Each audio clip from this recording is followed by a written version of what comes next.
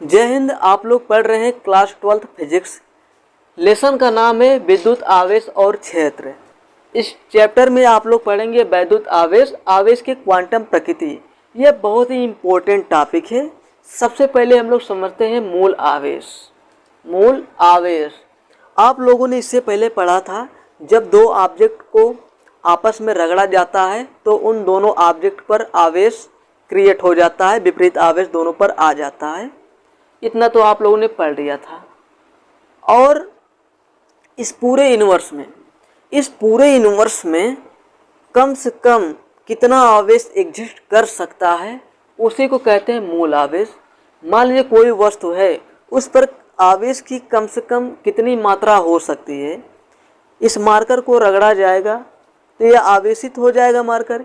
इस मार्कर पर कम से कम कितना आवेश आ सकता है, एग्जिस्ट कर सकता है, उसी को कहते हैं मूल आवेश, फंडामेंटल चार्ज। इस पूरे संसार में कम से कम सबसे छोटा आवेश कितना हो सकता है, उसी छोटे से छोटे आवेश को कहते हैं फंडामेंटल चार्ज, मूल आवेश। इस फंडामेंटल चार्ज को ई से डिनोट किया जाता है। फंडामेंटल चार्ज को किससे डिनोट किया जाता है? ई से। फंडामेंटल चार्ज को ई से डिनोट किया जाता है। इस फंडामेंटल चार्ज को ई से डिनोट किया जाता है। इस ई का मान जो होता है, ई की जो वैल्यू होता है, यह एक इलेक्ट्रॉन के आवेश के बराबर होता है। 1.6 × 10⁻⁹ कूलम। यह हो गया फंडामेंटल चार्ज। फंडामेंटल चार्ज क्या है? एक इलेक्ट्रॉन के ऊपर जितना चार्ज होता है वही होता है फंडामेंटल चार्ज। एक इलेक्ट्रॉन के ऊपर जितना आवेश होता है, इससे कम आवेश इस पूरे यूनिवर्स में एग्जिस्ट नहीं कर सकता है।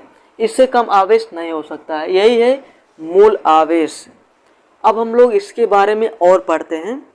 किसी भी ऑब्जेक्ट, किसी भी कण, किसी भी आयन पर जो आवेश होता है वह मूल आवेश के पूर्ण गुणज के रूप में होता है। मान लीजिए कोई ऑब्जेक्ट है, इस पर जो आवेश आ सकता है, कितना आ सकता है? मूल आवेश के पूर्ण गुणज के रूप में आ जाता है। क्यों? क्या है? आवेश को दिखाते हैं क्यू से। इस पर जो आवेश है वह ±NE, ये फंडामेंटल चार्ज के पूर्ण गुणज के रूप में होता है। किसके गुणज के रूप में होता है? फंडामेंटल चार्ज के पूर्ण गुणज के रूप में होता है। इस पर जो आवेश होता है कितना हो सकता है? E हो सकता है, 2E हो सकता है, 3E हो सकता है, 4E हो सकता है। किसी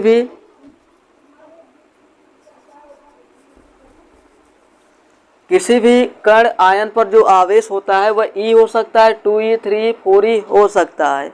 यानी integer multiple of fundamental charge, integral multiple of fundamental charge.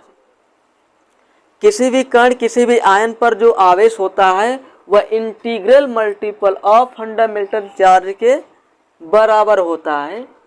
किसी भी ऑब्जेक्ट पर जो आवेश की मात्रा होता है वह 0.7 E के बराबर नहीं हो सकता है, या 0.5 E के बराबर नहीं होता है। वह हमेशा पूर्ण गुणज के रूप में होता है। 1E, 2E, 3E, 4E, 5E, 10E के इक्वल हो सकता है, लेकिन पॉइंट में नहीं हो सकता। 0.7 नहीं हो सकता, 0.5E नहीं हो सकता है, 7/3 E इस तरह नहीं हो सकता है। किसी भी ऑब्जेक्ट के ऊपर इस तरह आवेश नहीं हो सकता है। किसी भी ऑब्जेक्ट के ऊपर जो आवेश होता है वह मूल आवेश के पूर्ण गुणज के रूप में होता है। आवेश जो होता है किसी भी ऑब्जेक्ट के ऊपर पॉजिटिव भी हो सकता है, नेगेटिव भी हो सकता है। इसलिए यहाँ पर पॉजिटिव और नेगेटिव लिखा गया है। पॉजिटिव और नेगेटिव चार्ज मूल आवेश के पूर्ण गुणज के रूप में हो सकता है। इसी को हम लोग बोलते हैं क्वांटाइजेशन ऑफ चार्ज। क्या बोलते हैं? Quantization of charge. तो आप लोग क्या लिख सकते हैं? किसी भी कण पर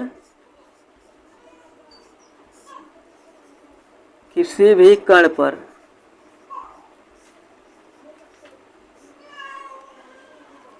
आवेश,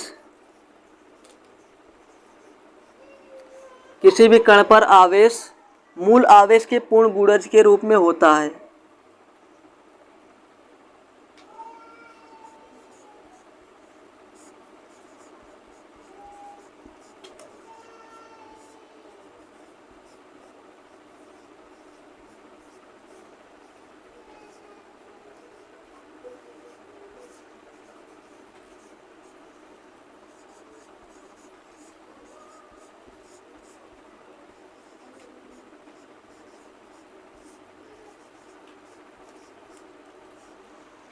किसी भी कण या किसी भी आयन, किसी भी ऑब्जेक्ट के ऊपर जो आवेश होता है वह मूल आवेश के पूर्ण गुणज के रूप में होता है।